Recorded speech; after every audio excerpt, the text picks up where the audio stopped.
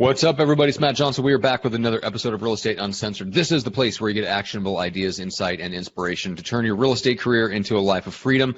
And we have no guest today. This is our live Friday episode. So Gene is here, the evil bald ninja himself. We are talking about all things marketing, proven lead sources, and we're going to talk about how Greg recently took a $5 million listing in his jeans, and we'll find out what else he was wearing, or if maybe that's why he got the listing, is he showed up only wearing jeans, and that's another story. So stay tuned for that. So first of all, the junior grandmaster himself is in the co-pilot, fully dressed, thank God, for the most of us. Greg, what's up? Oh, you don't know if I have pants on, though. That's true. You're like, damn it. That's right. Well, you're not using any. Your voice isn't high. Like you're not talking like like way up in the rafters. So I assume you're fully clothed like normal. You're not using the naked voice. Like, hey, what's up, guys? Hey, how are you? This is giving me some rug burn. No, dude, I'm excited to be here. It has been a red letter week. I will go into a little bit of kind of some of the fun things that happened. And they all happened on one day. So all happened on this last Wednesday. I don't think you two don't even know about this other one. Because I really haven't told too many people. But the really cool thing is that, you know how I was on the radio show and I lost the radio show because the radio station jacked our prices up and we just couldn't fund it, right? Mm-hmm. So I was all butthurt and bummed out. And then I got in contact with an old video producer that I used to hang with. Had lunch with him. One thing led to another. We signed paperwork to do a local TV show here in the Bay Area, all 9 Bay Area counties on Coffee TV 20. And we're going to air our first one next month on the 11th. So nice. We got a TV show. And I listed a $5 million home in one day. That was a fucking awesome day. I am sorry. Lord. So you went from radio show to TV show? Radio show to TV show. Yeah. Wow. Goodness. Yeah. Okay. It's gonna be fun. I was going to say moving on up, but also scary for the rest of the world. Oh, shut the fuck up. I mean, at least here you're contained within your box, and we can only see you from, like mid chest up, and even that, I was going to say from the nipples up, and even that's a lot to take because you have these T-shirts on. Let's talk about the T-shirt that you are currently wearing. Oh, we had a conversation off air, and it played perfectly into this. But I mean, I have Pablo Escobar called me, wants his shirt back. It says, "I enjoy Coke." I don't think it's that kind of Coke. It's a Coca-Cola, Gene. Get your head out there. I'm just checking. That's right. So there's all sorts of speculation about how and why Greg took this $5 million listing in jeans. So let's get to that in a second. Gene, you said that you've got some techie things that you would like to share. Why don't we start there, and then we'll dig into some fun stuff. Coming out of the gate with this? It's not. Yeah, why not? I'm going to put you on the spot today. Usually you end up, the last few episodes you've been on, you end up having to kind of sit back and chill because we've had good guests on the Friday episodes and all that fun stuff. So it's always great to have you, but it's not like you've been able to talk a lot the last couple of shows. That's very unusual. So you're right. The guests must have been good. So if you're listening to this, go back to some of the previous episodes. Last week I didn't say anything because we were off. Mm-hmm. Yeah, we were doing. So I got to ask you, what's a red letter week? I don't know what that means. You said you had a red letter week. Yeah. Old coined saying that my parents used to say, like when you like if you did something really good, you got a red letter next to your name. I don't fucking know. If that's just what it's actually called. I wonder. Well, given that it's your parents that said it. It means like a banner day, but red letter is the words of Jesus in the Bible. Maybe that was more of a deeper compliment than you realized. So I'm speaking like Christ? That's right. No, this means it's only the good parts. It's something really, really good. Now, you must know that I'm speaking as Christ, conduit down. So don't mock me anymore. That means you're mocking the big guy. Yeah, I don't think that's what that means. Even God doesn't think that's what that means. I have a new rule. It applies to today, and unfortunately, I'm not drinking this month. It's dry July for me, right? Yeah. Okay, right. So I'm not drinking. However, I think we need to end every statement that Greg says with "on Coke" because of the shirt.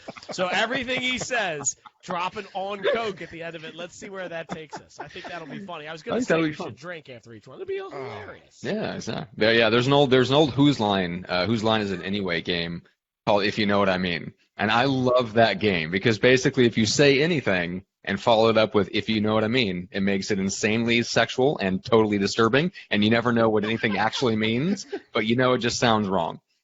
Here's what sounds wrong. If I would have implemented this 5 minutes ago. Mhm. Greg's last statement was, "So you're saying I'm speaking like Christ?" On Coke. Coke. On Coke. And that's about as close to Christ as you'll ever get, by the way. So let's talk Exactly. tech, boys. Let's talk tech. Let's do it. I Coke. downloaded this thing the other day. It's called, oh God, it's called Rambox. Jesus Really? Christ. Wow, we're really going left on this one. Oh my God. Rambox. And that wasn't even planned. I forgot what it was called. I just pulled it up. I'm like, oh, this isn't going to go well at all. It's called Rambox, Rambox. And what it does is it allows you to connect to a bunch of your inboxes. So like right now, it's a software that I have loaded on my Mac, and right now I have like a bunch of tabs open, sort of like your browser. And I have my regular text messages, my Google Voice text messages, my calendar for alerts, my LinkedIn messages, my Messenger messages, my business messages, and then there's a whole bunch of other things you can attach to it. Like there's WebEx. I'm fascinated by this. Gene, how do you get anything done in life? Well, actually, I'll be honest with you. So what's great is, so here's what I found. That's actually a good question. So what I found for myself is I have so many notifications going off on so many devices, I can't keep my head on straight. So what I did was I consolidated all those notifications, not all of them. It doesn't do everything, but most of them. I consolidated all of them onto my desktop, and there's actually a Do Not Disturb button on it. So I can hit Do Not Disturb when I'm in the middle of something I don't want to get interrupted on, and it stops the notifications. You turn it back on, you can see them all. Mm-hmm. Yeah, that's interesting. So it's actually a pretty cool little tool. I like it. Yeah. See, I turned off all notifications on my phone. My text messages don't go to my laptop. I mean, most of the time I don't have things like Facebook pulled up. Yeah, like I had to get on, or I won't say I had to get on him. But one thing that I will say is that I was kind of looking at my director of operations and his workday, and he keeps his email up on an auxiliary monitor all day, which is awesome for client communication, right? They're probably super happy that he's super responsive, but there's no way to be super productive throughout the day, even if you just have that one inbox sitting up on a place where you can see it, right? Because as soon as a new email comes in, if you see it's from a client or somebody that you care about, it instantly breaks your concentration. Did we lose him? Oh, I thought we lost me, but yeah, I guess so. No, we lost him. On Coke. Sorry about that, guys. You just missed that. That was a good one. You got cut out on in the middle Coke. of it. So yeah, I'm sure. Did I get the on Coke treatment? You sure did. I did. That figures. Okay, so keep going. You were rambling about some nonsense, Matt. Where were you on this? Oh, me? Yeah, well, I was giving Gene a hard time about that. No, I was just saying that my director of operations keeps his email up on an auxiliary window all day, which basically makes it's good for responsiveness, but it's not good for productivity. You know, like there's just no way to not break concentration. So yeah, if Rambox gives you the ability to bring a whole bunch of notifications into one place, but then turn off the notifications, then it's helpful. Otherwise, it's just another. Yeah, so it kind of depends on how you use it.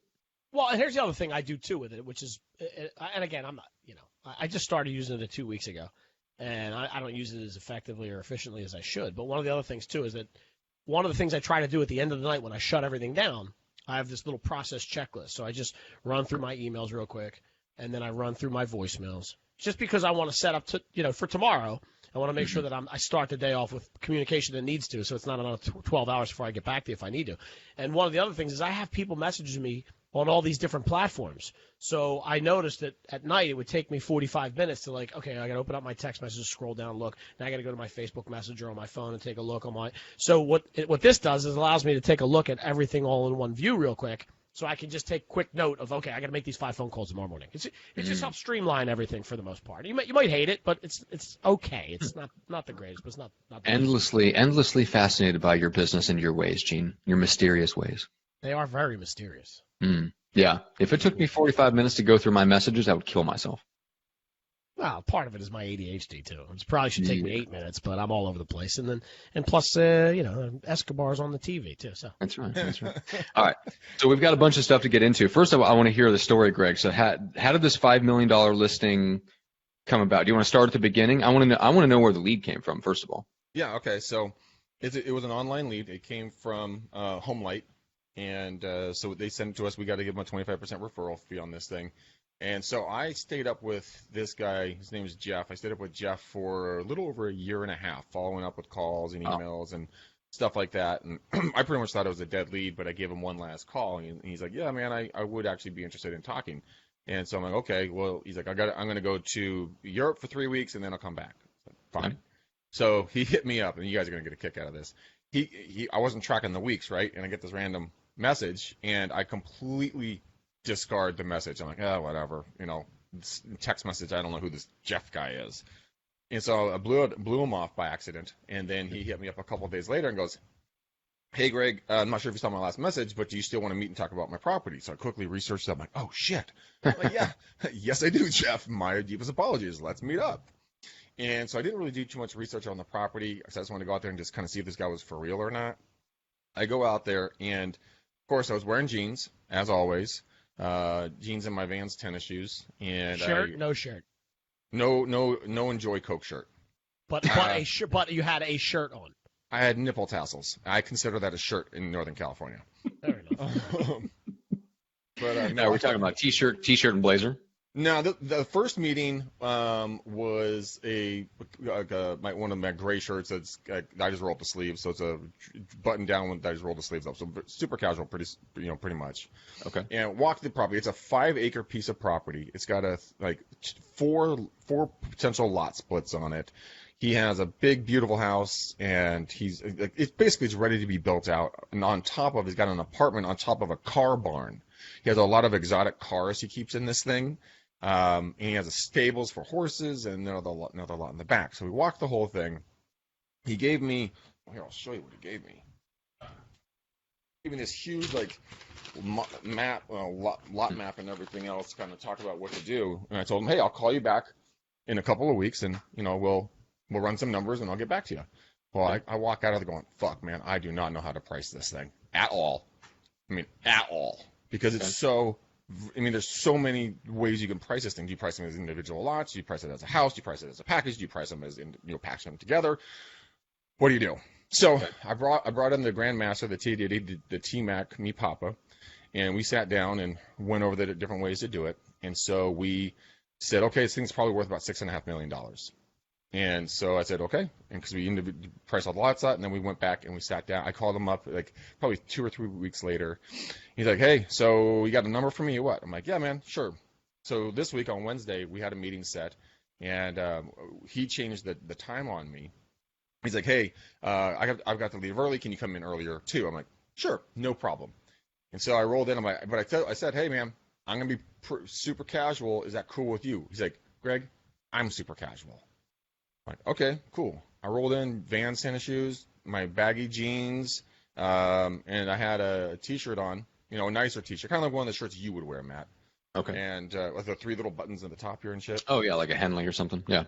Sure, that's what they're called. Yeah. Mm-hmm. I like those actually now. Rolled in with one of those, sat down with him, and I laid out kind of what we had. No marketing package, no listing presentation, just sat down, bonded with him, chatted with him. I said, hey, man, when do you want to get this thing going? He's like, I was ready last week. I want to go right now. Let's make this thing happen. Talked about the fact that I'm leaving for Europe. He's like, well, and I said, hey, my team can do this, this, and this. And he's like, okay, let's press go. Walked out the door, sent him a listing agreement. Boom, $5 million listing. So it's super casual. It was all about building a rapport with the guy. Because we talked cars, we talked about horses, we talked about the sports memorabilia, which I was just asking, questions because I had no clue what I was looking at. And just he was just like, it was a bond of like 2 personalities. It wasn't being sold or selling. And that's the thing that I think is the most important thing about this is that when you are honest and authentic to you, if you own who you are down to your essence, and then you let people know exactly what they're going to be receiving, they will take it with open arms. If you try to be fake, false, and full of shit, then people are going to rebuff you because they're going to smell the bullshit on you, right? But you're going to put a big gloss on them, going, oh, man, but I can do this, this, and that, and I got all this cool stuff. I got these websites. I got blah, blah, blah. Or you can just walk in and say, hey, man, I'm a great agent. This is what I do. By the way, tell me about your trip. Is this your family? I don't have any kids. My sister has 4. My brother has 3. Blah, blah. Just build the rapport. People will sit there and bond with you over it. So it's that simple. It's super, super simple to build relationships as long as you're authentic, transparent, and true to who you are. So who are you? Are you true to yourself, or are you putting a facade on? You know, that's how we did it.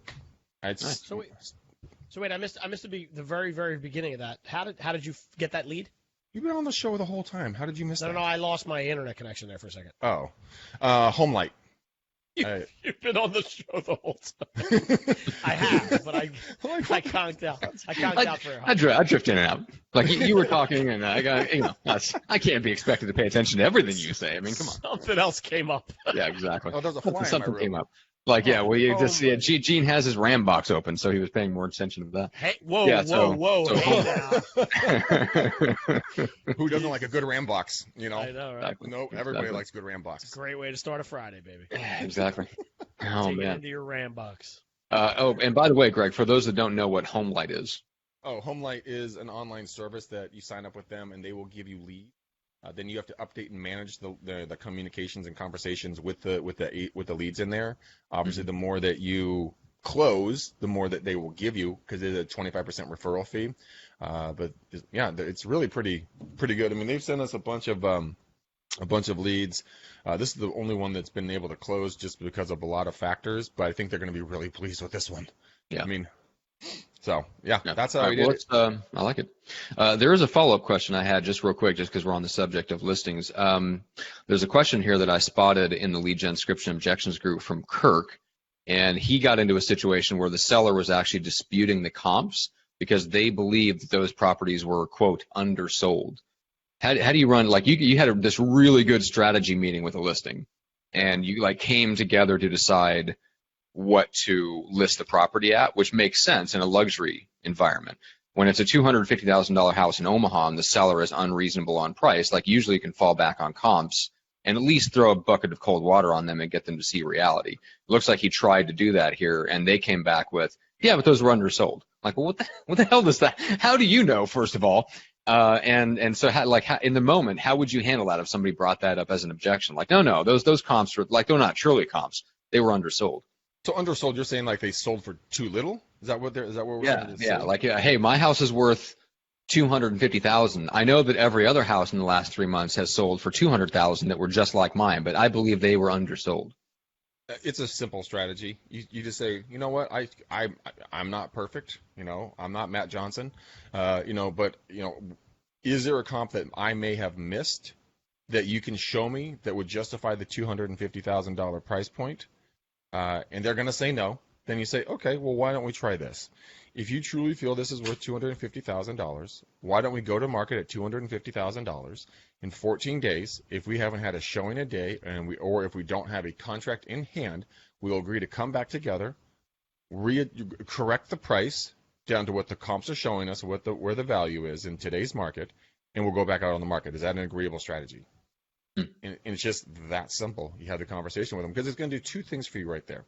One, you could be wrong. You may have missed a comp that God knows was hiding under a rock and you just didn't see it, right? Or maybe they know of someone that sold off market that sold for $250 that you couldn't see in the MLS, and there was a friend of theirs and they can prove it.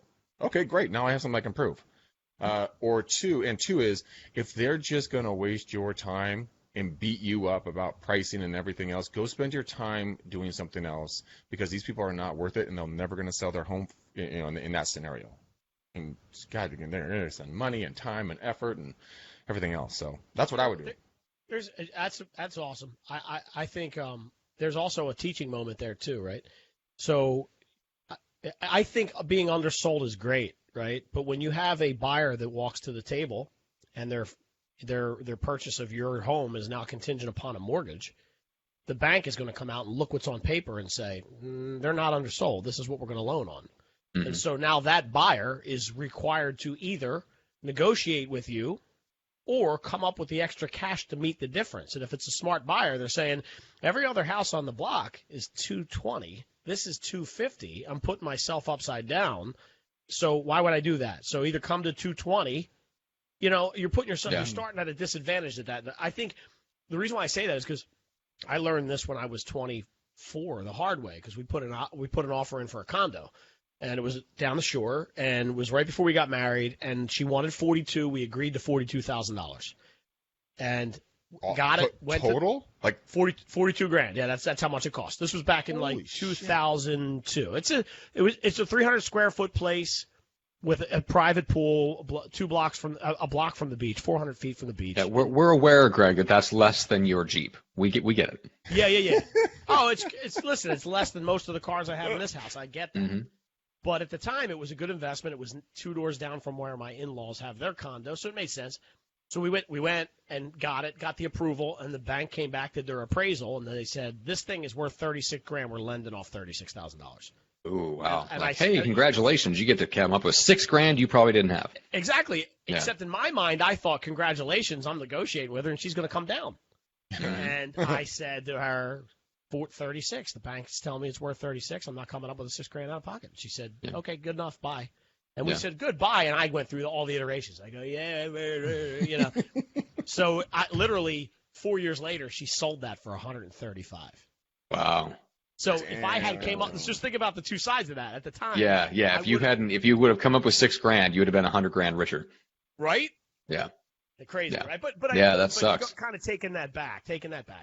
It's a good. Yeah, it is a good teaching moment. I agree. And there were some good suggestions here in the comments from people suggesting to get a pre-listing appraisal, which I like in principle, as long as you trust the appraiser, especially if you can control that or whatever. If you bring in somebody that you trust, that you know which way they bend, they're not going to bend high. If it's a total crapshoot, maybe not. Maybe don't bring someone to appraise it. But I do like in principle the idea of getting a pre-listing appraisal and a pre-listing inspection, and that way you know everything going in before you even put it up on the market. I like that idea. Now, it's not right for every seller, and it's not necessary in every case, especially in, like, let's say in Midwestern cities where the margin is relatively low, like they might make a $10,000 profit or something like that, and then go turn around and just put it towards their next 3-bed, 2-bath ranch. You know what I'm saying? Like, the margins are a lot thinner. But if you're in a bigger city, bigger margins, higher prices, less comps that are identical, that kind of thing, where there's some play there, I definitely see the value of, especially if you're doing like a guaranteed sale program. Like, look, if you want to guarantee that I'm going to sell this in 29 days, then we meet in the middle by doing a pre-inspection and a pre-appraisal. That way we know exactly what's going on with the house. We know exactly what the bank is going to loan on it, and then we price it according to that. And then I'll guarantee that I sell it within 29 days or it's free. So like, there's a lot of people that run that guaranteed sale program. I would totally make that a requirement to even get into that program. And then if they're not willing to do that, then maybe you go with, Greg, your strategy of, well, we'll try your price. We'll try your price first, but if it doesn't work, we're going to pull it back off the market, and then we relist at the price that I'm suggesting. Yeah, it's all about the agents. Huh? It's a great question. So, I mean, if you're on Australia, they pay. If it's here, the expectation most of the time would be that the agent pays. I would say in most cases, if you're a negotiator worth your salt, you can at least get them to pay half the cost. Or clean it up at settlement or something. I mean, something. Well, the thing is I don't know that people are going to want it. In my area, I don't know what it costs out there, but a good appraisal is like $400.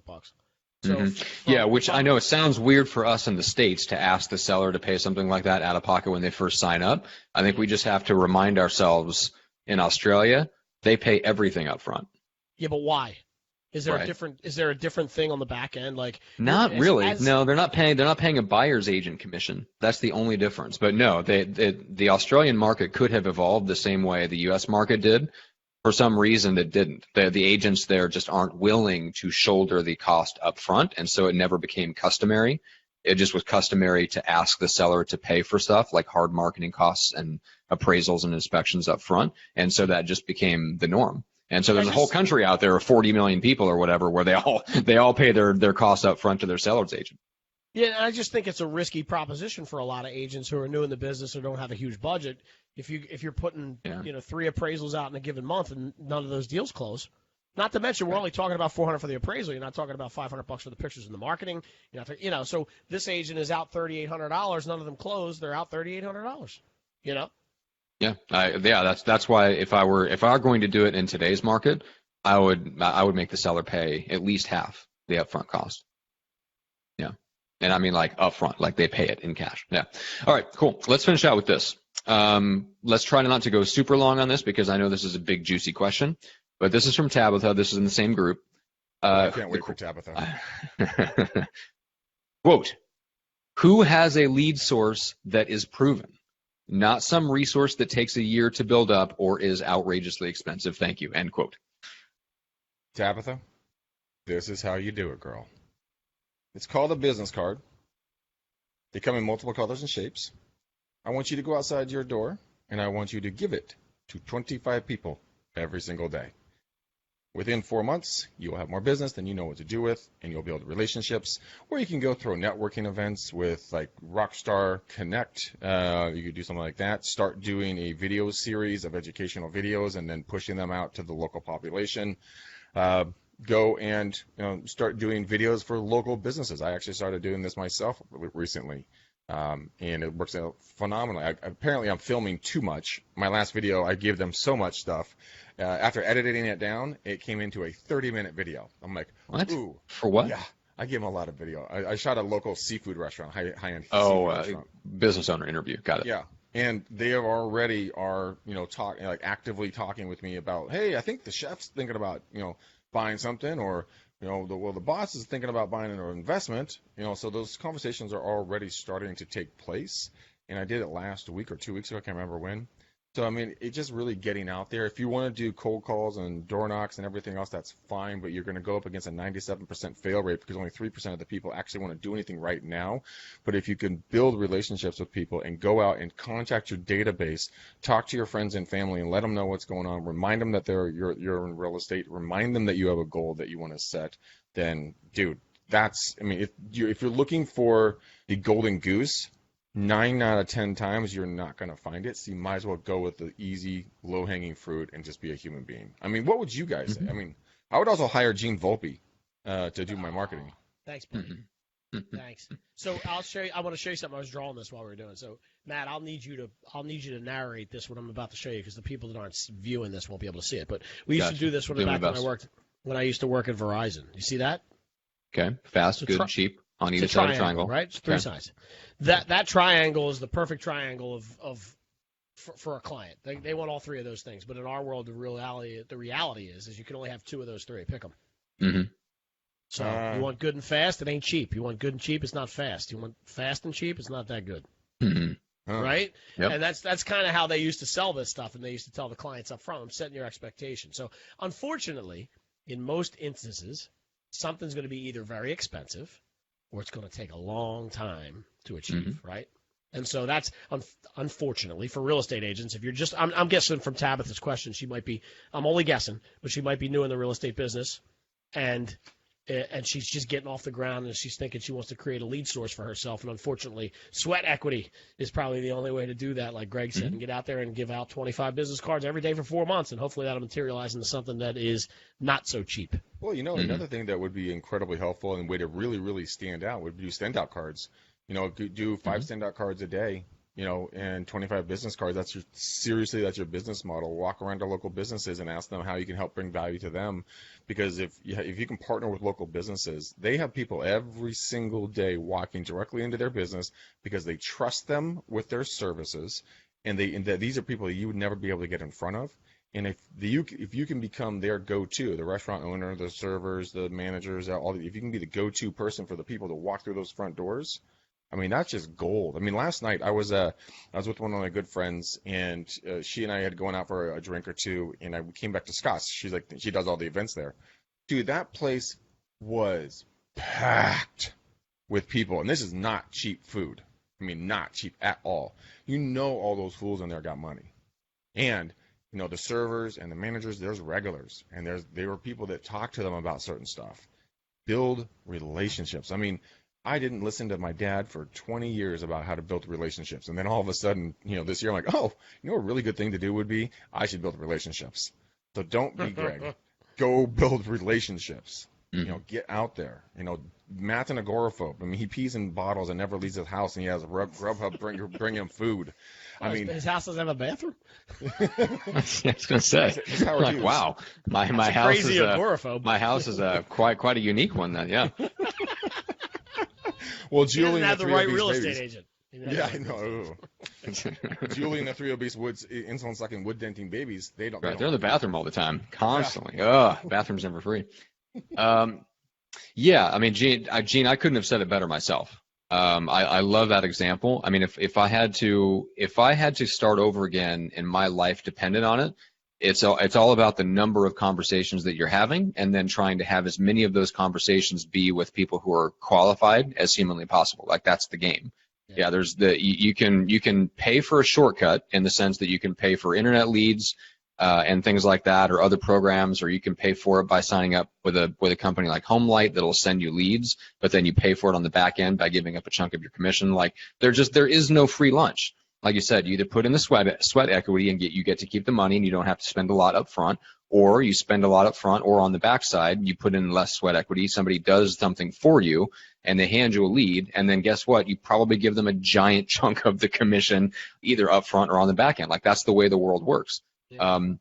So yeah, if I was an agent starting over again, it really does come down to your personality and finding what you're actually going to do, whether that's business cards, whether it's send out cards, whether it's Facebook messages to your sphere, whether you want to pick up the phone, whether you want to do events, like whatever it is. I think the biggest mistake that agents make is looking around at just what works for other agents and then flitting around and trying one new thing every 30 to 60 days. Yeah. The bottom line is everything works for somebody. You will not hear the failures. We only hear the success stories. So HomeLight, if you go research HomeLight, you're going to find somebody that it worked for. Yeah. Greg, it worked for you. Yeah. Right? Internet leads works like gangbusters for Jeff Cohn's team in Omaha. Guess what? It takes them 150 phone calls over the course of 6 months before they close one deal. You know what I'm saying? Now, they'll tell you that up front, thank God, but like, you know, even internet leads are not the answer, right? You're still talking about 6 months of work to get one to close. My HomeLight lead was a year and a half. Yeah, exactly. Year and a half. I mean, so yeah, nothing is immediate necessarily. Even when you pay for it, right? You can pay $1,500 a month for Boomtown and start generating leads, and even those aren't immediate, right? There's still 6 months of nurturing. And so the point of all that is just the most important thing is to find the thing that you'll actually do and that you'll commit to that actually just gets you into as many conversations per day as possible. That's the game. Another thing to do, I mean, find the situations in arenas where, as the Grand Master would put it, one call, many sales. That's why I'm talking about the local businesses. That's why I'm talking about networking. That's why I'm talking about doing stuff like that. But it is important to be on social media, to be visible. There's a lot of this was hilarious. This was like, I don't know, 10 plus years ago. I was working with another company, and I was talking to him about this product that I was selling, and he was like, what's the predictive analytics product, the original version that my family came out with, and he's in LA, and I'm like, okay, man, so what's your phone number? I gotta get you dialed in so we can get you a site built. He's like, I don't want my phone number out there. Okay, that's cool. Sounds like me. What's your email address? I don't want that out there. Okay, what's your website right now? I don't want that out there. And I just put the phone down. I'm like, what the do you want, man? Like, do you want to sell houses? Money for nothing. And he's like, I just don't want anyone to know that I sell real estate. I'm like, oh fuck, bro. All right, whatever. I gotta move on. I can't deal with stupid right now. Yeah. But I mean, you can't be a secret agent. You have to be as visible as possible. And when I tell people that aren't as visible as possible, they're like, oh, but it's so uncomfortable to get on and do a live video. I'm like, yeah, I know. It's because you haven't done it. It's like when you're an infant and being uncomfortable is walking. You kept falling on your butt or your face, but you didn't stop or give up then. The exact same thing plays true here. You've got to get out of your comfort zone, live in your stretch zone, and just make it happen. And if you feel like you have a face for radio, that's okay. You might have a face for radio. Nobody gives a fuck. As long as you bring value to them, that's all they care about. So just start getting out there, becoming the most, as Gene, you would call it the digital mayor, I believe. Is that correct? Yes, sir. Talk a little bit about digital mayor and kind of what your concept is on that, so that people can get an idea of that. High level, it's sort of what you're doing with these videos that you're creating. So you create an online presence, an online city, let's say. Create your online city. So the best of El Segundo, wherever you're at, and then start funneling through information for those people that live there, that have kids that go to school there, for people that are interested in the community, for people that grew up and moved out and want to see what's going on. Focus on the stuff that's going on, new things that are going on, theaters that are opening, restaurants that are there, reviews, people that are running through, township meetings that have implications on your tax code, like just anything that's going on in people's worlds. That'll suck people to the page because they're always interested in their own neighborhood or where they grew up. And then what you do is you basically create a television channel out of it, and you start to do some of these videos like Greg's doing, and just go to different places and once a week throw a little video out there about one of the establishments or things that maybe they saw the article about on the week before, and start doing the interviews. And you can subtly drop little marketing tips and hints into those videos so people know that you're a real estate agent without you selling that you're a real estate agent. And over time, the eyeballs in your local area that get on you start to realize, this is the guy that I want to do business with because he knows obviously a lot about the area. He's tied in. I know he's a real estate agent. I love his content. I got to call him. Mm-hmm. That's 100% right. I mean, and I'll be honest, like me getting out there and doing some of these initial videos, I was very hesitant to get out there. I mean, it made me nervous to get out and shoot these videos. But then as soon as I started shooting them, I found out how much fun it was to go out and shoot this stuff. One, because I only had to shoot it, and then I gave it to Viral, and they completely edited it and put everything together for me and did all the hard work. But also the restaurants fed me and gave me alcohol. It's absolutely fantastic. Yeah, sounds like a good combination for everyone involved. And by the way, you're talking about viral marketing. That's one of the things I noticed, Greg. So you took a call back from a guy before we jumped on. And I wanted to mention this, but we didn't have a chance to talk about it behind the scenes. And you mentioned it again, like you refer to Viral as if everyone knows who they are. That's the agency where you and I met, and I used to work for that, and I produced your videos for you. Nobody else knows, especially in the outside world. Nobody else knows who viral marketing is.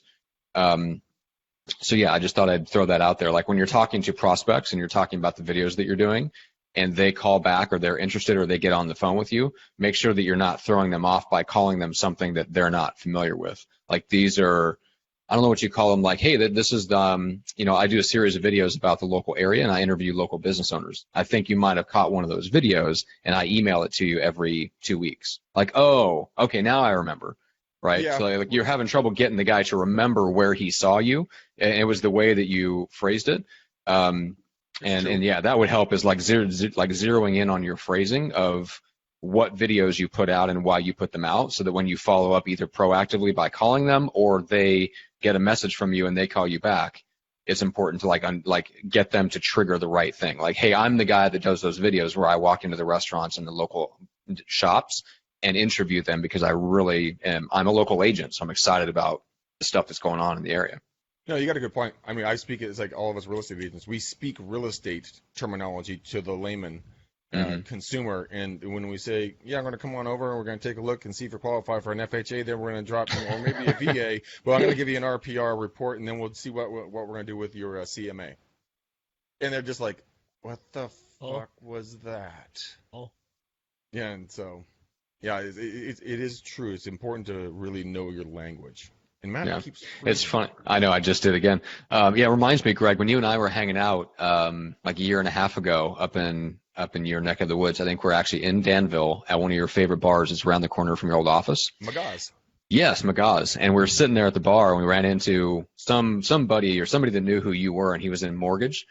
And then he started to talk to you, and all he wanted to talk about was jumbo loans. And like the rate fluctuations and how it was affecting the jumbo loans. And people just don't understand that blah, blah, blah, blah, blah. He like started getting into the jargon of like the mechanics of jumbo loans. And I'm just sitting there on the other side of you, and I had to go to my rate place. Wait, you had to go where?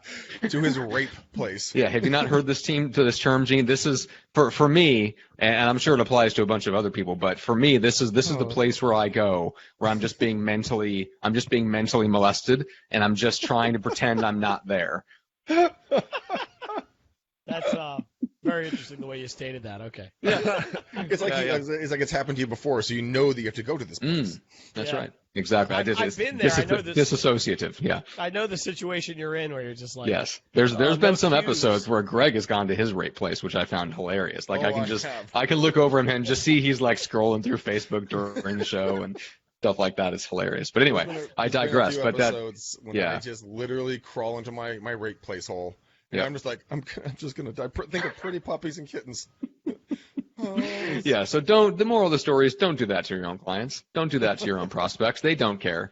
That's funny because I got interviewed the other day on another podcast. They're fans of ours, and they invited me on because they wanted to talk about podcasting for real estate agents.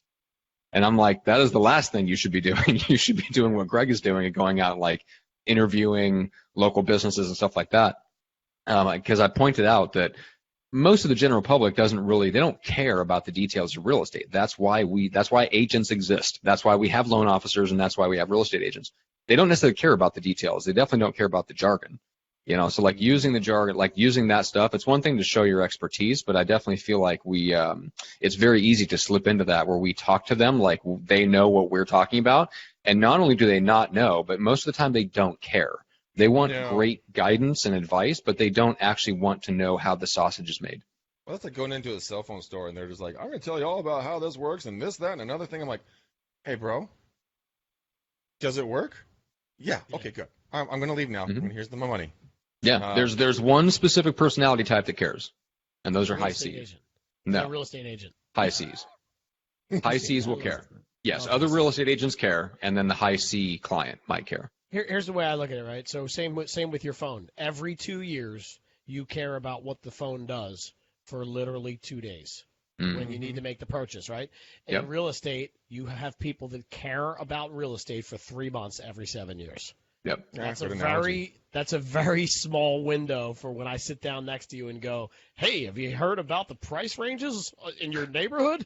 Who gives a rat's ass? I'm practicing this new thing. Ready? Watch this. And I've been really getting in trouble with this, but like this, when you sit down, I go like this. Yeah, I don't care. It stops so many conversations dead. It's unbelievable. Hey, I want to talk to you about something. You ever hear about a jumbo loan? Yeah, I don't care. Yeah, I think I've uttered those exact words. I love it. Let's save us both some time. I'm going to be scrolling through my phone and looking around the room for help in about 4 minutes. You're going to spew a lot of shit. Let's just get it out of the way. That's right. I'm going to lean back. I'm going to close my eyes, and I'm going to put my cowboy hat down a little bit. But don't worry. I'm listening to everything you're saying. Keep going. There's no quiz, all right, gentlemen. Just to be sure, there's no quiz. Exactly. Okay. You guys are retarded. Oh, man. Anything else we want to say about lead sources before we adjourn for the day? I would say always consistently try something new. Don't try not to be the norm. What are you laughing at, Volpe? It was a perfect time to insert on Coke. And I was going to do it, then I held back. Always try something new on Coke. Never, ever, ever hold back on this show. You should know this by now. You've been with us for like a year and a half. No, I know. I just busted out laughing. I'm sorry. But try something new. If you've never done video, do video. If you've never, I'm a horrible writer, so I would never write a blog. I mean, that would look like a third grader with crayons broke out and started writing a blog. But do video, do social media, go door knocking, pick up, send out cards, go to networking events, call your Aunt Betty, who you haven't talked to in 6 years, and say hi, and you still love her pies, and then let them know you do real estate. Do something that scares you a little bit, and I guarantee you the results will be better than you can ever imagine. The absolute worst thing that can ever happen to you when it comes to prospecting and marketing is that they say no. Yep. That's it. You're not going to die. You do not have to move back in with your parents. Well, you will have to move back in with your parents if you don't get your ass out there and start marketing. That's a guarantee. That is true. And that is a horribly terrible idea. Yeah. All right. So, Greg, how do people connect with you? Call you, buddy. That is not true. Because I am that guy that doesn't have my cell phone out there. Guys, go ahead and go to bookmcdaniel.com. Let's talk about EXP. Let's talk about what Matt and I are building. Actually, I have a very exciting call with some folks about our expansion into Australia this afternoon. That is a big, big call. And we're growing every week, guys. More and more people are joining our tribe. So go to bookmcdaniel.com. Let's talk about EXP. Let's talk about what they're doing and how they're just exploding. They're over 20,000 agents right now and still climbing like a rocket ship. So if you want to do that, go there, bookmcdaniel.com. Matt, how do they learn about podcasting and how do they rate this show? Rating the show is super easy. Apple Podcasts, go leave us a 5-star and shout out the guest if you enjoyed them. Gene especially. As far as podcasting, so if you're listening to this and you are, let's say you're coaching other agents or you're a team leader or you're the type of person that wants to build, expertise and authority beyond being a real estate agent. So especially if you enjoy helping other agents grow their business or helping other loan officers grow their business, and you want to get interviewed on podcasts to reach more of those people that you'd like to help, go to pursuingresults.com/training. So I did a 30-minute training there with a client of mine who's been on every podcast that you already have heard about, Entrepreneur on Fire and Social Media Examiner and all those fun ones. And we did a training together on exactly how to get on podcasts so that you reach your ideal clients and get them coming to you, how to make friends with the podcast host, how to find your right story hook so that when you reach out, they actually say yes, and all that fun stuff. So that's at pursuingresults.com/training. Nice. And then Volpinator, where do they get the world's best marketer? GeneVolpe.com. There's a little box that pops up on the side. If you fill that stuff out, we will get back to you very shortly. On that, very cool. That's right. And you will be one of the 1,000 notifications that shows up in Gene's Rambox that he has to get back to you on. Oh, I love me Rambox. That's right. We have all Rambox, right, guys. We have Coke. What is our other one we had today? We went to a rape place. Oh, you're at Rape Place? Yeah. Jesus. Gosh, yeah. So if this gets pulled down from YouTube, you just give up. It's like, all right, that's fine. Go ahead, Google. So many flags. Exactly. Okay. All right, guys. Gentlemen. We love you to pieces. Thank you for watching the show. We really love you guys, and we hope that we entertained you and we educated you on some interesting stuff, how to be yourself, and then on ramming in a box, or Rambox, as Gene calls it. Matt's shaking his head, just going like, God, I hate my business partner sometimes. He's like, end it, man. Just end it. Just end this thing. Just shoot it in the head and be done with it. Until next episode, guys. Peace out, ninjas. We're gone.